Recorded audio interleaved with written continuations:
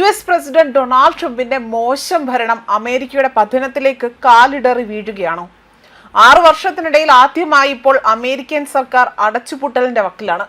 ബാധിക്കുന്നത് 5 ലക്ഷം പൗരന്മാരെയാണ് എന്നതും കണക്കുകൾ സൂചിപ്പിക്കുന്നു.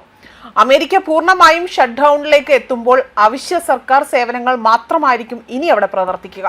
ഇനി മുതൽ സൈനിക ഉദ്യോഗസ്ഥർ ഉൾപ്പെടെയുള്ള അവശ്യ തൊഴിലാളികൾക്ക് ശമ്പളമില്ലാതെ തന്നെ അവിടെ ജോലി ചെയ്യേണ്ടി വരുന്ന ഒരു സാഹചര്യം ഉണ്ടാകും. അതേസമയം ആവശ്യമില്ലാത്ത ഫെഡറൽ ജീവനക്കാരെ അവധിയിൽ അയക്കുകയും ചെയ്യും. ഇതോടെ തന്നെ സാമ്പത്തികമായും ഏറെ ബുദ്ധിമുട്ടൽ അനുഭവിക്കും, അല്ലെങ്കിൽ അമേരിക്കയിൽ കഴിയുന്നവർക്ക് ഏറെ ദുഷ്കരമായ ഒരു വഴിയിലൂടെ സഞ്ചരിക്കേണ്ടി വരും, സാമ്പത്തികമായും അല്ലാതെയും. ഇത് തീർത്തും ട്രംപിന്റെ ഭരണ പരാജയത്തെ തന്നെയാണ് സൂചിപ്പിക്കുന്നതെന്നും വിലയിരുത്തലുണ്ട്.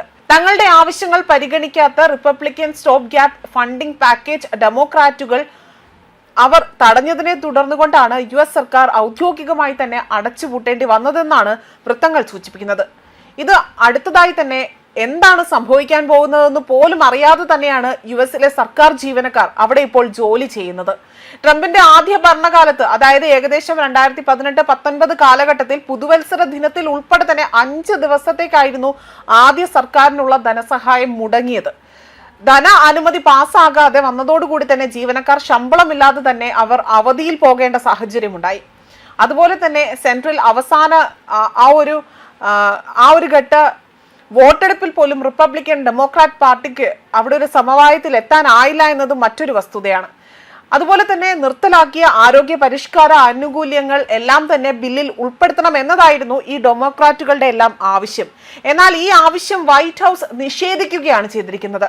5 ലക്ഷത്തോളം കേന്ദ്ര സർക്കാർ ജീവനക്കാർ ശമ്പളമില്ലാതെ തന്നെ താൽക്കാലിക അവധിയിൽ പോകേണ്ടി വരുന്ന ഒരു സ്ഥിതിയിലേക്കാണ് ഇപ്പോൾ അമേരിക്കയുടെ ഗതി മാറിക്കൊണ്ടിരിക്കുന്നത്.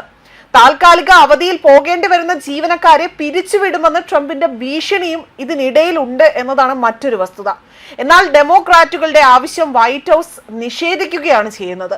ഇതോടുകൂടി തന്നെ റിപ്പബ്ലിക്കൻ ഡെമോക്രാറ്റ് പാർട്ടിക്ക് അവിടെ വോട്ടെടുപ്പിലും സമവായത്തിലും എത്താനായില്ല എന്നതും മറ്റൊരു വസ്തുത. 1981 ശേഷമുള്ള 15ാമത്തെ ഗവൺമെന്റ് ഷട്ട് ഡൗൺ ആണ് ഇപ്പോൾ നടന്നിരിക്കുന്നത്. സർക്കാർ സേവനങ്ങൾ നിർത്തിവെക്കുന്ന പ്രത്യേക സാഹചര്യമാണ് ഈ ഒരു ഷട്ട് ഡൗൺ എന്ന് പറയുന്നത്. US സാമ്പത്തിക വാർഷിക ആരംഭിക്കുന്ന ഒക്ടോബർ 1 അതിനു മുൻപേ തന്നെ ഫണ്ട് അനുവദിക്കാൻ US കോൺഗ്രസിന് കഴിഞ്ഞില്ല എങ്കിൽ വകുപ്പുകളുടെ പ്രവർത്തനം അവിടെ തടസ്സപ്പെടുകയും ഇതോടുകൂടി തന്നെ അവശ്യ സേവനങ്ങൾ ഒഴികെയുള്ളവയെല്ലാം തന്നെ നിർത്താൻ US സർക്കാർ നിർബന്ധിതരാകുകയും ചെയ്യുന്ന ഒരു സാഹചര്യത്തെയാണ് ഈ ഷട്ട് ഡൗൺ എന്നതുകൊണ്ട് സൂചിപ്പിക്കുന്നത്. സാധാരണയായി തന്നെ അടച്ചുപൂട്ടൽ സമയത്ത് അവശ്യ തൊഴിലാളികൾ സാധാരണ പോലെ തന്നെ ജോലിയിൽ തുടരുകയും ചെയ്യുന്നു. എന്നാൽ ചിലർക്ക് പതിവ് ശമ്പള ചെക്കുകൾ പോലും അവിടെ ലഭിക്കുന്നില്ല. എന്നാൽ ആവശ്യമില്ലാതായി തന്നെ കണക്കാക്കപ്പെടുന്ന ഫെഡറൽ ജീവനക്കാരെ താൽക്കാലികമല്ലാതെ അല്ലെങ്കിൽ താൽക്കാലിക ശമ്പളമില്ലാത്ത അവധിയിലേക്ക് അയക്കുകയും ചെയ്യുന്നു. മുൻകാലങ്ങളിൽ ഈ തൊഴിലാളികൾക്ക് മുൻകാല ശമ്പളം നൽകി വരികയും ചെയ്തതാണ്. വലിയ സമ്പദ് വ്യവസ്ഥയ്ക്ക് അതിന്റെ ആഘാതങ്ങൾ ഉടനടി തന്നെ ഈ ഒരു പ്രശ്നം കൊണ്ട് തന്നെ അനുഭവിക്കേണ്ടി വന്നില്ലെങ്കിൽ പോലും ദീർഘകാല അടച്ചുപൂട്ടൽ സാമ്പത്തിക വളർച്ചയെ അത് വലിയൊരു രീതിയിൽ അല്ലെങ്കിൽ ഒരു മന്ദഗതിയിലേക്ക് കൊണ്ടുപോകുകയും വിപണികളെ തടസ്സപ്പെടുത്തുകയും പൊതുജന വിശ്വാസം പോലും ഇല്ലാതാക്കുകയും ചെയ്യുന്ന ഒരു രീതിയിലേക്കാണ് ഇപ്പോൾ ട്രംപിന്റെ അല്ലെങ്കിൽ ഇത്തരം ഒരു തീരുമാനം അമേരിക്കയെ കൊണ്ടെത്തിക്കുന്നത് എന്നത് തന്നെയാണ് രാഷ്ട്രീയ നിരീക്ഷകർ ഉൾപ്പെടെ തന്നെ വിലയിരുത്തിയിരിക്കുന്നത്. ന്യൂസ് ഡെസ്ക് കർമ്മ ന്യൂസ്.